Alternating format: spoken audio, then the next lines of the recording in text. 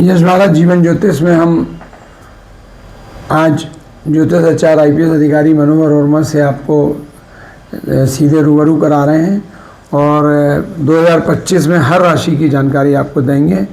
और नए वर्ष के आपको हम बधाई देते हैं। और वर्मा जी ने आपको प्राइम टाइम में पहले आपने देखा होगा, पूरे देश की जानकारी दी। अब हम एक एक राशि की बात करेंगे, जो आदमी की जो राशि उसके बारे में बताएंगे कि किस राशि का आदमी की क्या स्थिति रहेगी। सबसे पहले वर्मा जी नमस्कार, मेष राशि की क्या स्थिति रहेगी? नमस्कार आशीष जी, और सभी दर्शकों को मेरा हार्दिक नमस्कार और नए वर्ष की बहुत बहुत शुभकामनाएं। आशीष जी, मेष राशि हमारी सभी राशियों में प्रथम राशि है और ये राशि, जैसा कि हमने पहले भी चर्चा की थी कि 3 तरह की राशियाँ होती हैं, एक लग्न राशि, एक चंद्र राशि और एक सूर्य राशि। तो अगर हम मेष राशि की बात कर रहे हैं तो सबको ये देखना पड़ेगा कि उनकी लग्न राशि क्या है, चंद्र राशि क्या है, सूर्य राशि क्या है।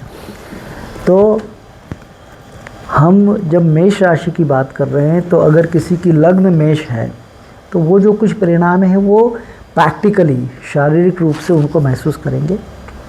किसी की चंद्र राशि मेष है तो उसको मानसिक रूप से उस तरह से वो महसूस करेंगे, और किसी की सूर्य राशि है तो अंदर से इंटरनली, आत्मा से, स्पिरिचुअली वो उस चीज़ को महसूस करेंगे।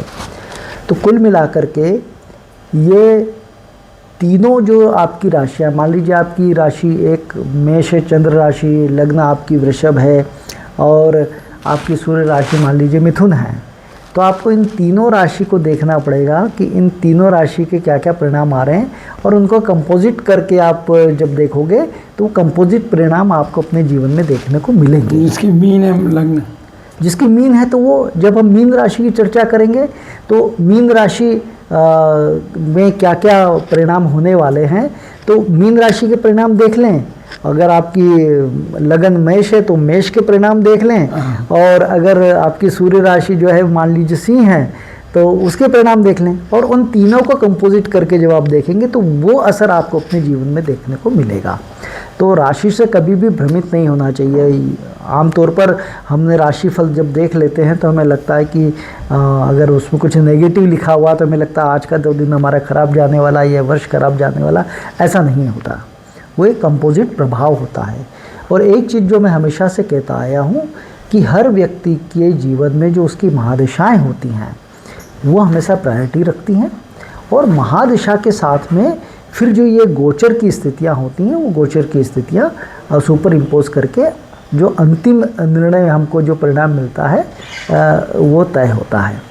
तो अब अगर हम नए वर्ष में बात करें मेष राशि की, तो देखिए मेष राशि, जैसा कि नया वर्ष में हमारा उत्तराषाढ़ा नक्षत्र सूर्य के नक्षत्र के साथ प्रवेश हो रहा है, तो सूर्य जो है वो रूलिंग प्लैनेट हो गए हमारे, जो रूल करने वाले हैं। तो मेष राशि के तो मित्र होते हैं सूर्य, तो निश्चित तौर पे मेष राशि वालों के लिए ये अच्छे परिणाम देने वाला वर्ष होगा। फिर अगर हमारी कुंडली में सूर्य की स्थिति बहुत अच्छी है तो और ज़्यादा अच्छा परिणाम होगा।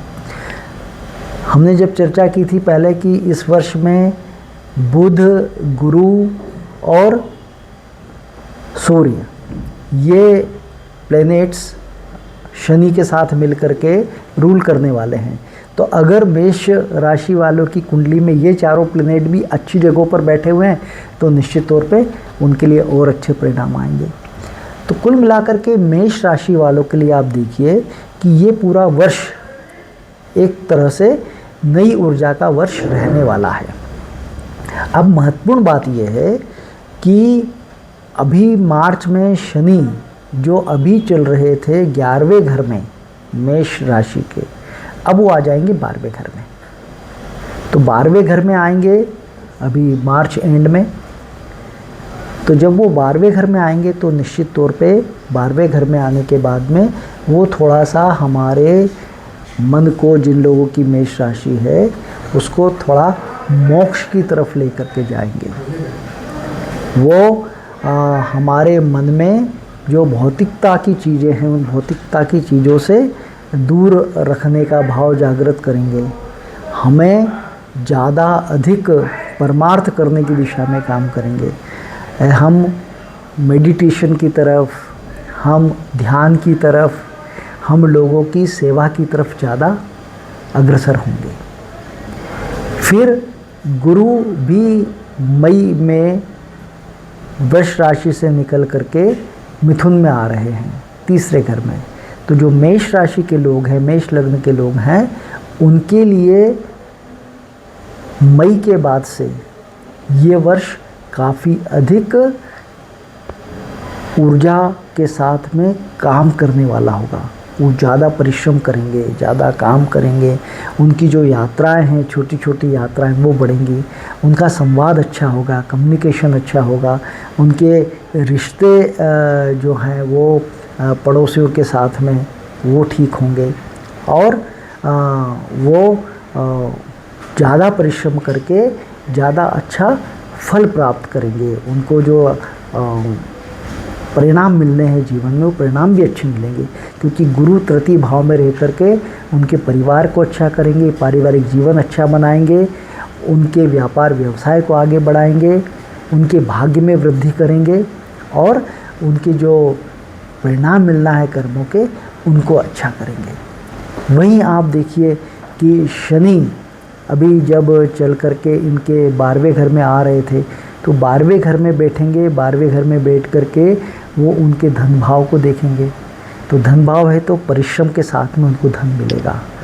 परिश्रम करेंगे, परिश्रम करने के बाद में धन उनके पास में आएगा, धन का भंडार इकट्ठा होगा, क्योंकि शुक्र है वहाँ पर, और शुक्र के मित्र होते हैं शनि, तो वो धन देंगे, धन संपदा में वृद्धि करेंगे, लेकिन मेहनत के साथ। उनको बाहर से भी धन की प्राप्ति होगी, उनको अस्पतालों से, उनको मेडिटेशन के कामों से, उनको आइसोलेशन में रहकर, एकांत में रह कर के, या दूर से विदेश से भी धन संपदा का अर्जन होगा। वहीं पर उनके जो शत्रु हैं, वो शत्रु भी शांत रहेंगे। उनका अपने सबॉर्डिनेट्स के साथ में, अपने एम्प्लॉयज़ के साथ में जो व्यवहार है, आचार व्यवहार है, वो अच्छा होगा। उनके स्वास्थ्य पर भी अच्छा प्रभाव पड़ेगा, वे स्वस्थ भी रहेंगे। उनको वहाँ पर बुध की राशि है और शनि उनके मित्र हैं, और शनि देखेंगे बुध को, तो निश्चित तौर पर उनके स्वास्थ्य में भी वो लाभकारी होंगे। इसी तरह से शनि वहाँ से बैठ करके भाग्य भाव को भी देख रहे हैं, तो भाग्य भाव पर आप देखिए गुरु और शनि दोनों का प्रभाव होगा। तो आदमी फिलॉसफर टाइप का होगा, दार्शनिक होगा, सोच विचार करके ठीक से चीज़ों को करेगा, डिप्लोमेटिक होगा। तो ये उसका जो है शनि और गुरु के दोनों प्रभाव से उनके लिए इस तरह के परिणाम मिलेंगे। राहु भी इनके मई में अभी जो चल रहे थे 12वें भाव में, वहाँ से चल करके वो 11वें में आ जाने वाला है। तो 11वें में जैसे ही आएंगे ये, तो निश्चित तौर पे इनकी जो कार्य कर रहे हैं उनमें प्रयासों में अधिक सफलता देंगे। अभी जो इनके अज्ञात शत्रु एक्टिव होकर के काम कर रहे थे, इनका जो बहुत ज़्यादा लॉस हो रहा था, इनके जो ख्याल वेस्ट हो रहे थे, कुछ भी सोचते थे, मन में तरह तरह के जो विचार आते थे, उन सब पर विराम लगेगा, और ये आगे जा कर के अच्छे तरीके से जो मेहनत करते हैं उसके परिणाम को प्राप्त करेंगे। तो कुल मिलाकर के आप देखो तो मेष राशि के जो लोग हैं उनके लिए वर्ष 2025 एक अच्छा वर्ष रहने वाला है, जिसमें वे निश्चित तौर पर अपने जीवन में प्रगति करेंगे। उनका पारिवारिक जीवन अच्छा होगा, उनकी शिक्षा अच्छी होगी, उनका ऊर्जा बढ़ेगी, उनका कर्म क्षेत्र जो है उसमें वृद्धि होगी, उनके भाग्य में वृद्धि होगी, और निश्चित तौर पर वे एक अच्छा जीवन 2025 में देखेंगे। अभी आपने मेष राशि के बारे में पूरी जानकारी ली। अगले जीवन ज्योतिष में हम अगली राशि की बात करेंगे। तब तक के लिए नमस्कार। जी, बहुत बहुत नमस्कार।